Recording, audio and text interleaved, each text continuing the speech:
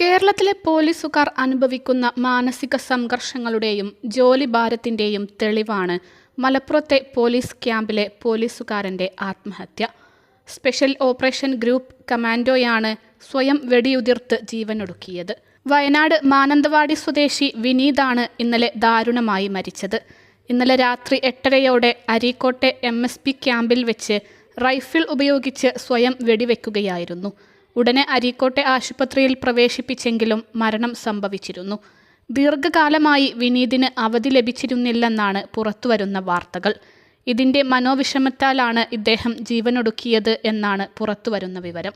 വിനീതിന്റെ ഭാര്യ ഗർഭിണിയാണ്. ഇവരെ പരിചരിക്കാനായി അവധി ചോദിച്ചെങ്കിലും ലഭിക്കാത്തതിന്റെ മനോവിഷമത്തിലായിരുന്നു വിനീത് എന്ന് സഹപ്രവർത്തകർ പറഞ്ഞു. 45 ദിവസത്തോളം വിനീത് അവധി ലഭിക്കാതെ ജോലി ചെയ്തെന്ന് സുഹൃത്തുക്കൾ പറയുന്നു. അവധി ആവശ്യപ്പെട്ട് മേലുദ്യോഗസ്ഥരോട് സംസാരിച്ചെങ്കിലും നൽകിയില്ല എന്നാണ് പുറത്തുവരുന്ന വിവരം. നിരാശയുടെ അറ്റത്തു നിന്നുമാണ് വിനീത് ജീവനൊടുക്കിയത് എന്നാണ് ലഭ്യമായ വിവരം.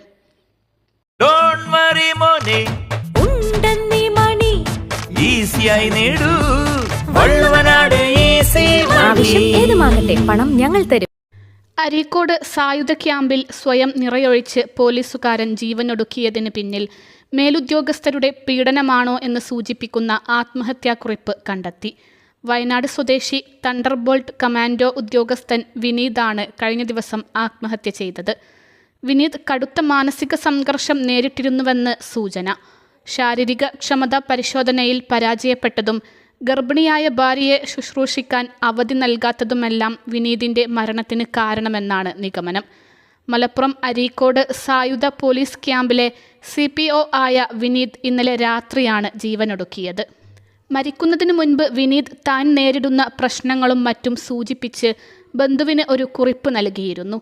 ഈ കുറിപ്പ് തൻ്റെ 2 സുഹൃത്തുക്കളെയും ട്രെയിനിങ്ങിൻ്റെ ചുമതലയുള്ള അജിത് കുമാർ എന്ന ഉദ്യോഗസ്ഥനെയും കാണിക്കണമെന്ന് വിനീത് ആവശ്യപ്പെടുന്നുണ്ട്.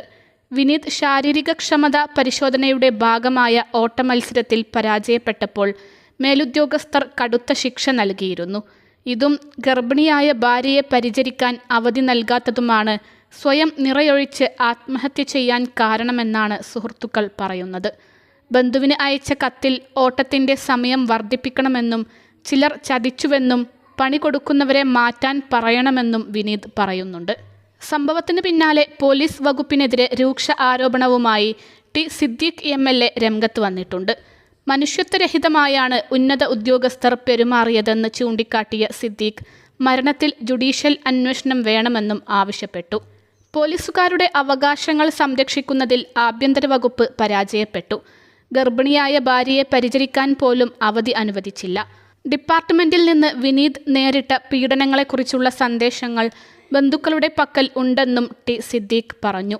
മലപ്പുറം SOG ക്യാമ്പിലേക്ക് കോൺഗ്രസ് പ്രവർത്തകർ മാർച്ച് നടത്തുമെന്നും അദ്ദേഹം അറിയിച്ചു. വയനാട് കൽപ്പറ്റ ചെങ്ങഴിമ്മൽ വീട്ടിൽ ഹവിൽദാർ വിനീതിനെ കഴിഞ്ഞ ദിവസം രാത്രി 8:50 മരിച്ച നിലയിൽ കണ്ടെത്തിയത്. അൽസലാമ ഐ ഹോസ്പിറ്റൽ 21 ലക്ഷത്തോളം സന്തുഷ്ടരായ ഉപഭോക്താക്കളും 2 ലക്ഷത്തോളം തിമിര ശസ്ത്രക്രിയകളും പൂർത്തിയാക്കിയ മലബാറിലെ ഏക കണ്ണാശുപത്രി. ലോകോത്തര നിലവാരമുള്ള ചികിത്സാ സംവിധാനങ്ങൾ, എല്ലാ നേത്രരോഗ ചികിത്സാ സൗകര്യങ്ങളും വിദഗ്ധരായ ഡോക്ടർമാരുടെ മേൽനോട്ടത്തിൽ. Al Salama eye hospital, hospital road, Perinthalmanna.